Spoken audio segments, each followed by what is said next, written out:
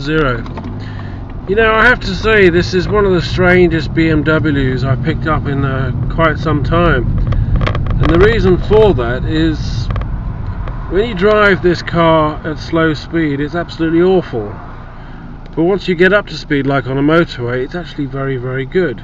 Now I'll begin to describe why, but first let's start with the 0 to 60 test.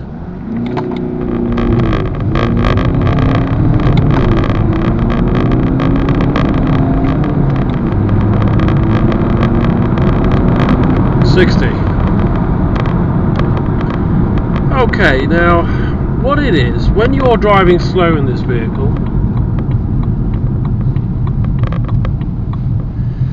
you have effectively a car which feels very, very heavy indeed. In fact, it feels like a block of metal. Every bump in the road you go over, and it is like you've got no air in the tyres, like your tyres are solid. It's really, really hard to explain. The car feels like it's a big lump of rock. The steering is heavy and it's just an unpleasant vehicle to drive, and I'm really quite surprised by this because I love BMWs, have done for many years. But once you get up to speed, all that seems to go away and you get quite a reasonable acceleration considering it's a small engine vehicle, and the steering becomes responsive and it feels certain, and you feel like you're connecting with the road, not the power steering. And it hasn't got the sport suspension, it's got a bit of a wobble, but the nose sticks in and you can really turn this thing around. Now we're doing a bit of speed, which is 70 miles an hour. The car's lovely. It's got 6 gears. I mean, it's just floating along now. It's effortless. It's a pleasure to drive. But once you get down to slow speed, it's like you're a truck. And every bump is dum, dum, dum. It's horrible, horrible sensation. It's because it's a diesel, I think. Now, the 3-litre version of this car and the 335 diesel version of 330 diesel version of this car is such a fantastic combination. It's a beautiful harmony, an amazing melody, but the harmony in this vehicle, it just does not exist, not until you get about 50-60 miles an hour anyway.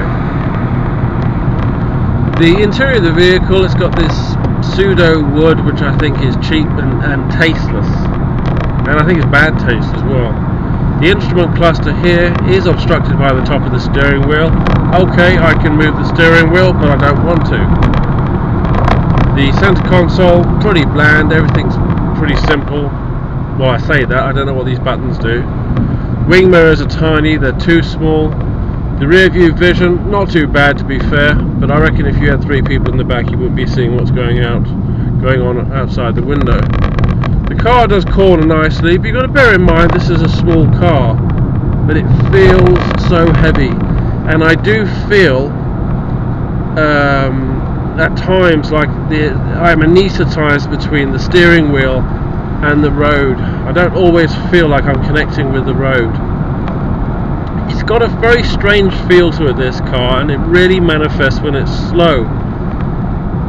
It doesn't feel like a car should. It does quite literally feel like you're on a block of metal or a block of stone going down the road, and it doesn't really pan out. It just doesn't work with this engine. It just doesn't work at all.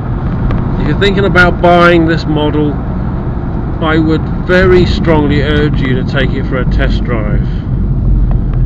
You know, if this car was a front wheel drive, it would be absolutely bloody awful. Now,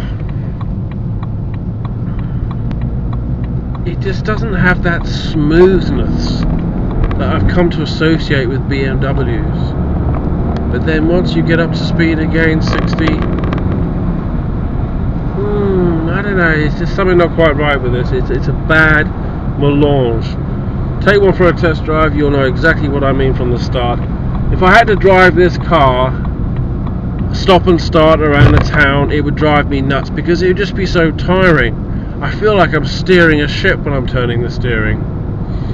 Very, very odd BMW mix this. I can't say I've actually had this in the 3 Series yet, and my word, I've driven hundreds of these. Very, very peculiar.